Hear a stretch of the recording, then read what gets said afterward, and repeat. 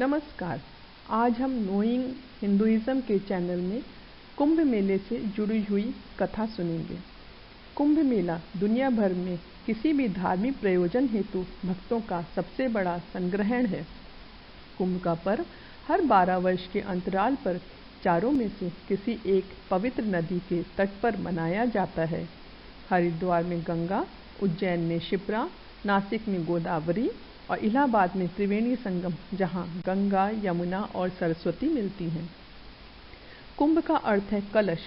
ज्योतिष शास्त्र में कुंभ राशि का भी यही चिन्ह है।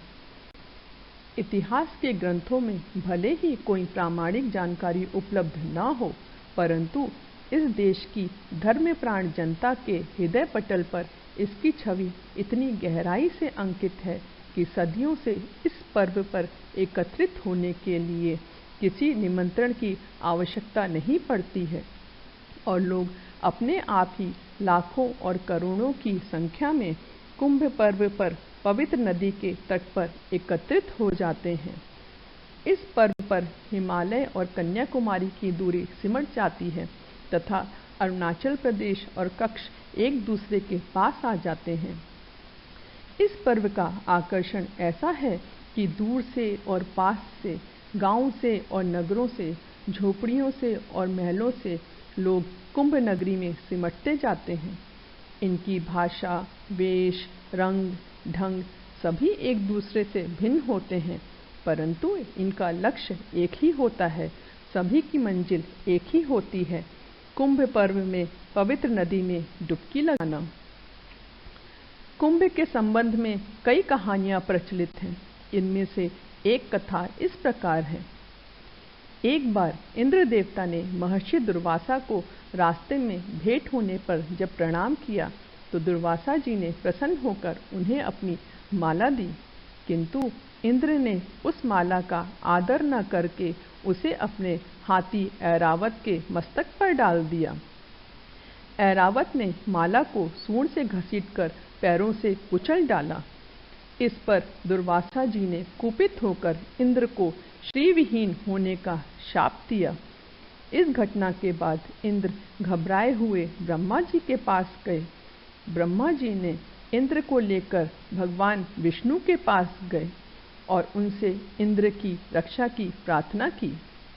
भगवान विष्णु ने कहा कि इस समय असुरों का बहुत आतंक फैला है, अतः तुम उनसे संधि कर लो और देवता और असुर दोनों मिलकर समुद्र मंथन करके अमृत निकालो। जब अमृत निकलेगा तो मैं तुम लोगों को अमृत बांट दूंगा और असुरों को केवल श्रम ही हाथ मिलेगा। देवता और दानवों ने समुद्र का मंथन शुरू कर दिया। इसके लिए मंदराचल पर्वत को मथानी और नागराज वासुकी को रस्सी बनाया गया। इस मंथन के फलस्वरूप क्षीर सागर से अनेकों रत्न निकले। सबसे पहले विष निकला, जिसे शिव जी ने गले में रख लिया और उनका गला नीला हो गया। उसके बाद ऐरावत हाथी, कामधेनु गाय, कल्प वृक्ष, देवी लक्ष्मी, परिजात, शंख, धन्वंतरी देव आदि बहुत सी चीजें निकली और अंत में अमृत कलश निकला। इस कलश के लिए असुरों और दैत्यों में संघर्ष शुरू हो गया। अमृत कलश को दैत्यों से बचाने के लिए देवराज इंद्र के पुत्र जयंत बृहस्पति, चंद्रमा, सूर्य और शनि की सहायता से उसे लेकर भागे। यह देखकर दैत्यों ने उनका पीछा किया। यह पीछा 12 दिनों तक होता रहा। देवता उस कलश को छिपाने के लिए एक स्थान से दूसरे स्थान को भागते रहे और असुर उनका पीछा करते रहे। इस भागदौड़ में देवताओं को पूरी पृथ्वी की परिक्रमा करनी पड़ी। इन 12 दिनों की भागदौड़ में देवताओं ने अमृत कलश को हरिद्वार, प्रयाग, नासिक तथा उज्जैन नामक स्थानों पर रखा। इन चारों स्थानों में रखे गए कलश से अमृत की कुछ बूंदें छलक पड़ी।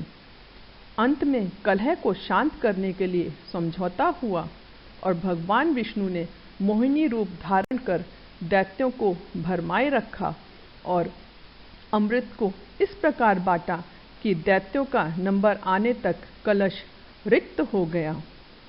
यह पौराणिक घटना भारतीय जनमानस में अमिट हो गई और कालांतर से पुण्य और मोक्ष के मार्ग पर आगे ले जा रही है। कुंभ स्नान करने का अपार महत्व है। कहा जाता है कि कुंभ स्नान से सभी पापों का विनाश हो जाता है। कुंभ स्नान से पुण्य स्वरूप स्वर्ग मिलता है और मोक्ष की प्राप्ति होती है। कुंभ स्नान करने से जिसकी जो कामना होती है वह निश्चित रूप से पूर्ण होती है। कुंभ स्नान से वही फल प्राप्त होता है जो करोड़ों गायों को दान करने से मिलता है। कहा गया है कि कुंभ स्नान करने से अश्वमेघ यज्ञ जैसा फल मिलता है और मनुष्य सर्वथा पवित्र हो जाता है। धन्यवाद। आशा है आप लोग को हमारा ये चैनल पसंद आ रहा होगा, तो प्लीज़ इसे सब्सक्राइब करिए। Thank you.